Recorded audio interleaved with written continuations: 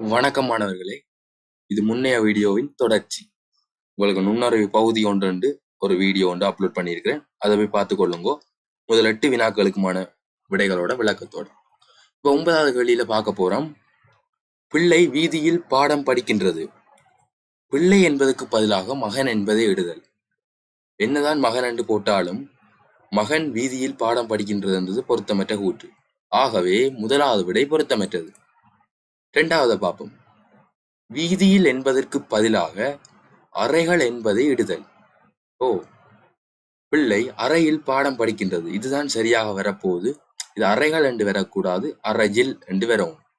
அறையில் என்று வரும். ஆகவே இது சரியான விடை 2வது. 3வது பாருங்க. பாடம் படிக்கின்றது என்பதற்கு பதிலாக ஆரம்பிக்கின்றது என்பதை இடுதல். பிள்ளை வீதியில் ஆரம்பிக்கின்றது படிக்கின்றது. இது பொருத்தமற்ற கூற்று. ஆகவே 3வது விடையும் பொருத்தமற்றது. முரளி ரவிக்கு முன்னரே விளையாட்டு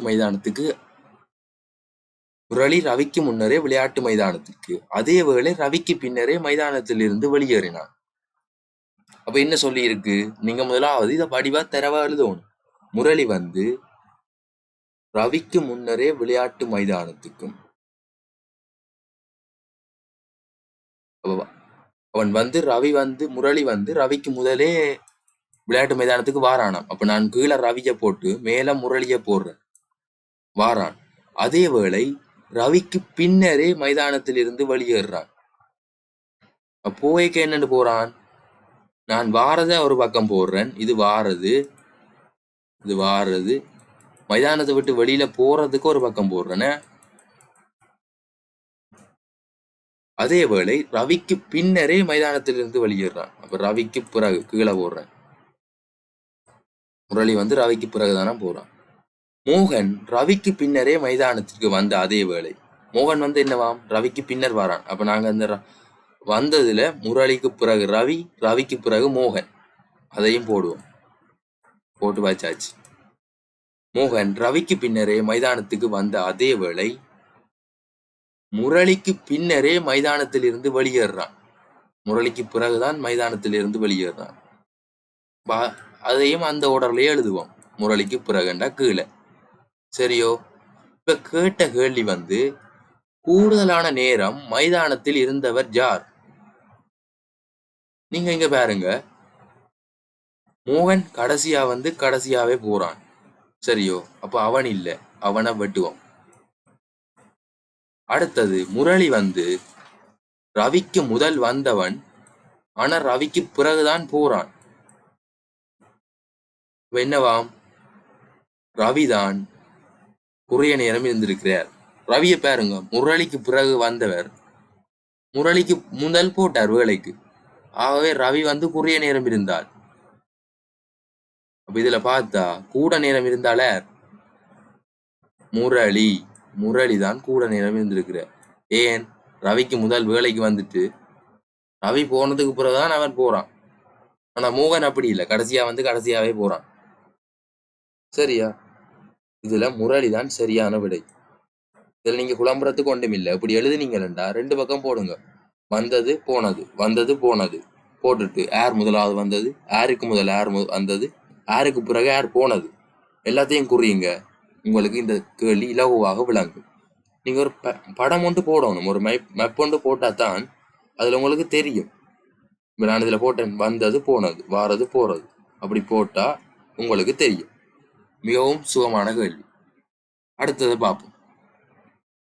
தந்தையார் மாம்பழத்தையும் அன்னாசி பழத்தையும் விரும்புகின்ற போதிலும் தோடம்பழத்தை விரும்புவதில்லை.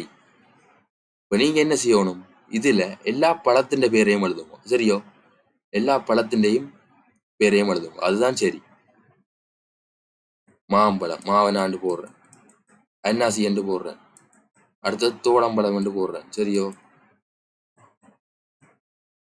தந்தையார் மாம்பழத்தையும் அன்னாசி பழத்தையும், அப்ப மாவனாக்குல தானாண்டு போடுங்க. அப்ப அவர் விரும்புற. சரியோ? தோடம்பழம் இல்லை, அவருக்கு டேஸ் ஒரு சின்ன கோடண்டு போடுங்க. தாயார் தோடம்பழத்தையும் மாம்பழத்தையும் விரும்புகின்ற போதிலும், அப்ப தோடம்பழத்துக்கு தாயார் தாவன்னாண்டு போடுங்க. உங்களுக்கு விளங்கும் தானே? தோடம்பழம் மாம்பழம் தாவன்னா, அன்னாசிய விரும்பல. அப்ப அன்னாசிக்குள்ள கோடு போடுங்க. அடுத்தது நான் விளாம்பழத்தையும் மாம்பழத்தையும். அப்ப இன்னொன்று வருகுது, விளாம்பழம் வருகுது. அப்ப வீணான்னு போடுங்க. அதுல நான் போடுங்க வீணால. அடுத்து என்னது, மாம்பழத்துக்குள்ள நான் போடுங்க. இப்ப கேட்ட கேள்வி, நான் மூவரும் விரும்பும் பழம் எது? பாருங்க, 3 பேரும் ஒரு பழத்துக்குள்ள வாராங்களாண்டு. ஓ, மாம்பழத்துக்குள்ள வாராங்க. நாங்க எழுதினதுபடி மாம்பழத்துக்குள்ள வாராங்க. மூவரும் விரும்பும் பழம் எது? மாம்பழம். இப்படி எழுதினாத்தான் இதுக்கு கேள்விக்கு விட வரும். இல்லாட்டி நீங்க யோசிச்சு கொண்டு நிப்பீங்க. சரியா? அப்ப இதுக்கு சரியான விட என்ன? மாம்பழம். ஒரு வகுப்பில் உள்ள அடுத்த கேள்வி, ஒரு வகுப்பில் உள்ள 4 பிள்ளைகளின் பிறந்த தினங்கள் கீழே காணப்படுகின்றன. இதற்கேற்ப சரியான கூற்று. எல்லாட்ட பிறந்த நாள் டேட்டு தந்திருக்கு. நாங்கள் சரியான கூட்டை கண்டுபிடிக்க போறோம். சரியான கூட்டு எதன்னு தெரியணும்டா அந்த கூட்டை வாசிக்கணும். முதலாவது, ரேவதி கீதாவிலும் மூத்தவள். ரேவதியை பாருங்க, கீதாவிலும் மூத்தவளாண்டு. ரேவதி வந்து எப்ப பிறந்தவா? 2006 8ஆம் மாசம் 18ஆம் தேதி. கீதா 2007 8ஆம் மாசம் 30ஆம் தேதி. ஆனா வருஷத்தால ரேவதி மூப்பு, அதாவது மூத்தவள். அவ இதுல சொன்னது சரிதானே? ரேவதி கீதாவிலும் மூத்தவள். முதலாவது விடையே சரியா வந்துட்டது. இதை விட நீங்க பார்க்கவே தேவையில்லை, உங்களுக்கு தெரியும். 2006 பெருசா 2007 முதல் வருமானு உங்களுக்கு தெரியும். 2006 தான் முதலாவது வரும். அடுத்த விடையில பாருங்க, விதுரன் சந்திரனிலும் இளையவன். விதுரன் என்னவா? சந்திரனிலும் இளையவனா? சந்திரன் 2007 பிறந்திருக்கிறான், விதுரன் 2006 பிறந்திருக்கிறான். விதுரன் தான் மூத்தவன். ஆனா இதுல மாறி சொல்லி கிடக்கு, விதுரன் சந்திரனிலும் இளையவன் என்று சொல்லி கிடக்கு. ஆகவே 2வது கூட்டு பிழை.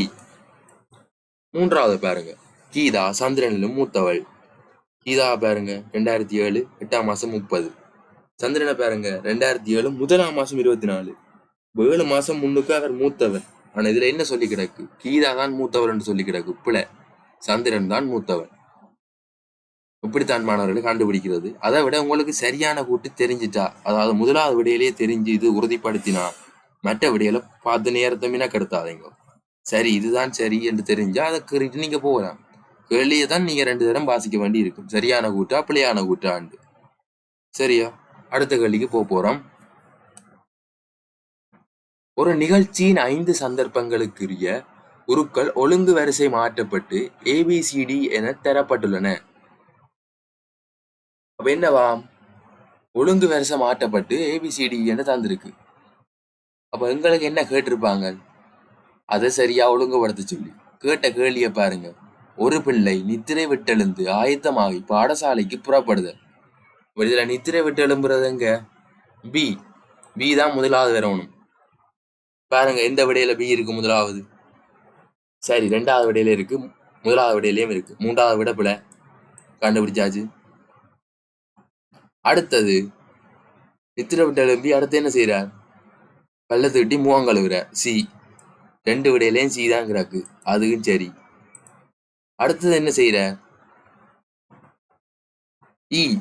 உடுப்பு போடுற, பாடசாலைக்கு உடை அணிகிற, யூனிஃபார்ம் போடுற. அடுத்து தான் பெறணும். இருக்கா? 2வது விடையில மட்டும் தான் இருக்கு. சரியான விடை 2வது. முதலாவது விடையை பாருங்க, பிள்ளையா இருக்கு. என்று போட்டுருக்கு. அவர் பல்லு தட்டி முகம் கழுவின உடனே பள்ளிக்கூடம் போறாரோ? அவங்க இதுல அதைத்தான் சொல்லி இருக்கிறாங்க, பல்லு தட்டி முகத்தை கழுவிட்டு அவர் பள்ளிக்கூடம் போற. அப்படி எந்த ஒரு பிள்ளையும் செய்யாது. அதை விட சாப்பிடாம கொள்ளாமையும் பள்ளிக்கூடம் போகலாமோ? இல்லை.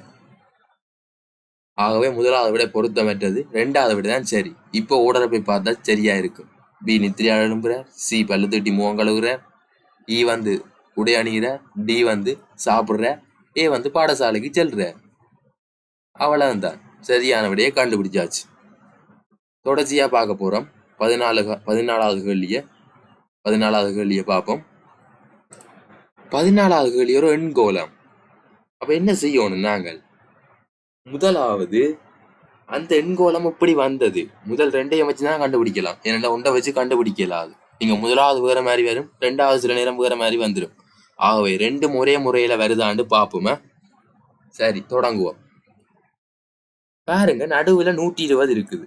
கரையில இருக்கிறதெல்லாம் சின்ன தானம், நடுவுல பெரிய தானம். அப்ப என்ன செய்யப்படுது? பெருக்கப்படுது. பெருக்குவோம், நாளையும் பெருக்குவோமா? 4 8 5 40, இல்லாட்டி 5 8 40. உங்களுக்கு 5ஆம் வாய்ப்பாடு தெரியும் தானே? 4 8 5 8 40. 40 3ஆல பெருக்கினா 40 3ஆல பெருக்குங்க.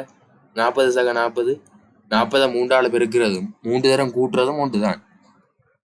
எவ்வளவு வருது? 120. இது சரி. அடுத்ததுக்கு போவோம்.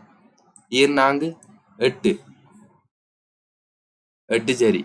8 3ஆல பெருக்கணும். 3 8 24. 24 2ஆல பெருக்கினா 24 24 எத்தனை? 48. அப்ப அதுவும் சரி. அப்ப அதே மாதிரி 3ஆவது எண்கோளத்தை செய்ய போறோம். 3 5 15. 15 3ஆல பெருக்கினா 15 3ஆல பெருக்கணும். 3 தரம் கூட்டலாம் உங்களுக்கு பெருக்க தெரியாட்டி. 15 சக 15 30. 30ஓட 15 கூட்டினா 45. 45 ஒன்றால பெருக்கினா என்னத்தையும் ஒன்றால, எந்த ஒரு தானத்தையும் ஒன்றால பெருக்கினா அந்த தானம் தான் வரும். ஆகவே இந்த கேள்விக்கு விட என்ன? 45. எப்படி மாணவர்களே? பாத்தீங்களா? நீங்க யோசிக்கணும். நடுவுல பெரிய தானம் கிடக்கு, சுத்தி வர சின்ன தானம் கிடக்கு. அப்ப என்ன செய்யணும்? மடங்காக்கணும். மடங்காக்குறேன்டா பெருக்கணும். அவ்வளவுதான் வழி, வேற வழி இல்லை. கூட்டினாலும் வராது, கூட்டி கழிச்சு பார்த்தாலும் வராது. சரியோ? பெருக்கெல்லாம் ஒரே வழி. இப்படித்தான் மாணவர்களே நீங்க யோசிக்கணும். அடுத்ததை பார்க்க போறோம். பின்வரும் வினாக்களில் தரப்பட்டுள்ள பழமொழிகளுக்கு பொருத்தமான கருத்தினை உணர்த்தும் சரியான வாக்கியத்தை தெரிவு செய்க. அப்போ மாணவர்களே, நீங்கள் ஒவ்வொரு நாளும் ஒவ்வொரு பழமொழியாவது படிச்சு வச்சிருங்கோ. விடிய எழும்பி பாடமாக்குங்கோ மரபு தொடர் பழமொழிகள் எல்லாத்தையும். இப்படி கட்டாயம் 1 2 கேள்வி வரும். எது வரும்னு தெரியாது. ஆகவே எல்லாத்தையும் படிக்கணும். 15வது, தொட்டிற்பழக்கம் சுடுகாடு வரைக்கும். இது எல்லாருக்கும் தெரிஞ்சா இருக்கும். இருந்தாலும் நான் ஒவ்வொரு விடையா வாசிக்க போறேன். எல்லா உலோகங்களும் பொன்னை போல் மின்னுவதில்லை. இது என்னத்துக்கு வரும்? மின்னுவதெல்லாம் பொன்னல்ல. அதுக்குத்தான் இந்த இது. எல்லா உலோகங்களும் பொன்னை போல் மின்னுவதில்லை. வெளித்தோட்டத்தை மாத்திரம் பார்த்து எதனையும் மதிப்பிட முடியாது. இது வெளித்தோட்டத்தை வச்சு மாத்திரம் பார்த்து எதனையும் மதிப்பிட முடியாதுன்றது வேற ஒரு பழமொழி இருக்குது. வெளித்தோட்டம் என்றால் நீங்கள் சொல்லலாம், அகத்தின் அழகு முதல் தெரியும் என்றால் உள்ள இருக்கிறதான் வெளியில தெரியும். அது சரி. இது வெளித்தோட்டத்தை மாத்திரம் வைத்து எதனையும் மதிப்பிட முடியாதுன்றது தொட்டிற் பழக்கம் சுடுகாடு வரைக்கும் இல்லை. சரியோ? ஒரு பானை சோற்றுக்கு ஒரு சோறு பதம். அது ஒன்றை போலதான் மற்றதெல்லாம் இருக்கும். ஆனா வெளித்தோட்டத்தை மாத்திரம் வச்சு எதனையும் மதிப்பிட முடியாதுன்றது இங்க பொருத்தமற்றது. அடுத்தது பார்ப்போம். இளம் வயதில் பழகிய பழக்கம் வாழ்நாள் முழுவதும் காணப்படும். தொட்டில்ல பழகின பழக்கம் தான் சுடுகாடு வரைக்கும் இருக்கும். அதுதான் இதுக்கு பொருத்தமானது. எல்லாருக்கும் கேள்வியை வாசிக்க இந்த பழமொழிக்கான விட தெரிஞ்சிருக்கும். இதுல நேரத்தை மினக்கெடுத்தி இருக்கக்கூடாது. சோ அடுத்ததுக்கு போவோம். அடுத்தது பாருங்க. மின்னுவதெல்லாம் பொன்னல்ல, எல்லா உலோகங்களும் பொன்னை போல் மின்னுவதில்லை. இது நேரடி கருத்தை தருகுது. ஆனா எங்களுக்கு கேட்டது என்ன? பழமொழியின் கருத்து. வெளித்தோட்டத்தை மாத்திரம் வைத்து இதனையும் மதிப்பிட முடியாது. மேல சொல்லியிருக்கு பாத்தீங்களா? அதுதான் நான் அங்க சொல்லல, இங்க வந்த நான் என்னோட அடுத்த கேள்வியில அதைத்தான் கேட்டிருக்கிறாங்க. எப்படி பாத்தீங்களா? மின்னுவதெல்லாம் பொண்ணல்ல, மின்றதெல்லாம் பொண்ணில்ல. நேரடி கருத்து எல்லா உலோகங்களும் பொன்னை போல் மின்னுவதில்லை, மின்றதெல்லாம் உலோகம் இல்லை.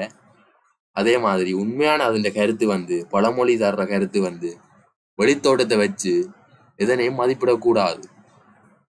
பார்க்க ஒரு மாதிரி இருக்கு, இது அப்படி இருக்குமோ அப்படி இருக்குமோன்னு சொல்லலாம். அதுதான் மின்னுவதெல்லாம் பொன்னல்ல. இளம் வயதில் பழகிய பழக்கம் வாழ்நாள் முழுவதும் காணப்படும். அதுதான் தொட்டிற் பழக்கம் சுடுகாடு வரைக்கும். சரி, அடுத்ததை பார்ப்போம். அருகிலுள்ள உருவில் புள்ளி கோடிட்ட பகுதியில் வெட்டி வேறாக்கிய பின் பெறப்படும் உட்புற தோட்டம். நீங்க ஒரு கூம்பு, அதாவது இந்த பர்த்டே, அதாவது பிறந்த நாளுக்கெல்லாம் தலையில போடுவாங்க, அதாவது ஒரு கூம்பு தெரியும் தானே? வட்ட அடி கூம்பு. அடி வட்டமா இருக்கு. இங்க பாருங்க, இதுல அடி வட்டமாவே இருக்குது. அப்ப இத இந்த புள்ளிக்கோடு வழிய வெட்டினாலும் என்ன வரும்? ஒரு கூம்பு தான் வரும், ஒரு சுருள். அப்ப என்னவாம்? வெட்டி வேறாக்கிய பின் பெறப்படும் உட்புற தோட்டம் என்ன? வட்ட வடிவம். வளைந்த மேற்பரப்பு வரைக்கும் வட்ட வடிவம் தான் பெற போகுது. உட்புற தோட்டம் தான் கேட்டது. அவ என்ன வட்ட வடிவம் தான். சரி, முக்கோண வடிவம் பெறாது. நீங்க மேல பார்க்கலாம் அதை வெட்டினோன்னு தனி முக்கோணம் தானே வருமெண்டு. ஆனா கீழே பார்த்தா கூம்ப தந்திருக்கிறாங்க. தனி முக்கோணத்தை வெட்டினா தான் முக்கோணம் பெறும். இது தந்தது கூம்பு, வட்ட அடி கூம்பு. சதுர வடிவம் பெறவே வராது. ஆகவே மாணவர்களே, இந்த பேப்பர் நுண்ணறிவு வினாத்தாளை நாங்கள் பயிற்சித்து இருக்கிறோம். தொடர்ச்சியா அவங்களுக்கு ஐக்கு பேப்பர், நுண்ணறிவு பேப்பர் நாங்கள் தரப்போறோம். பல பல கேள்விகள், பந்தியா வர கேள்விகள், என்னென்ன தேவை என்னென்ன தேவை இல்லைன்றதை தொடர்ச்சியாக இணையத்தில் பார்க்க போறோம். கூடுதலாக நான் வந்து உங்களுக்கு வேற வேற மாவட்டங்கள் வேற வேற மாகாண பேப்பரை தான் எடுத்து செய்கிறேன். நான் அதுதான் உங்களுக்கு பயிற்சியா இருக்கும். ஏன்னா பேப்பர் செட் பண்றாக்கள் எங்கே இருந்து வரீங்கன்னு தெரியாது. அதால எல்லாத்தையும் எடுத்து பயிற்சி திப்போம். ஸோ அடுத்தது வந்து நாங்கள் நீங்கள் எங்களோட சேனலை மறக்காமல் சப்ஸ்கிரைப் பண்ணுங்க. அதை விட உங்களோட ஃப்ரெண்ட்ஸுக்கு, உங்களோட தெரிஞ்ச ஆக்கள், உங்களோட நண்பர்கள் எல்லாருக்கும் இதை பகிர்ந்து கொள்ளுங்க. அவையும் பயன்பெறட்டும். யூடியூப் பேக்கேஜ் தானே, எல்லாரும் யூடியூப் பேக்கேஜ் தான் கூட இப்போ பாவிக்கிறவ. ஸோ யூடியூப்லேயே படிச்சுட்டு போகக்கூடிய அளவுக்கு இப்போ வசதிகள் இருக்குது. அதால் இதை தெரிஞ்ச அளவுக்கு நீங்கள் உங்களோட நண்பர்களுக்கு பகிர்ந்து கொள்வது உங்களுக்கு நல்லது. எல்லாருக்கும் போய் சேரும். மறக்காமல் சப்ஸ்கிரைப் பண்ணுங்க. அதை விட பெல் பட்டனை ப்ரெஸ் பண்ணுங்க. அப்போதான் நாங்கள் போடுற வீடியோ வந்து உங்களுக்கு நோட்டிஃபிகேஷனில் வரும். நன்றி மாணவர்களை, தொடர்ச்சியாக சந்திப்போம்.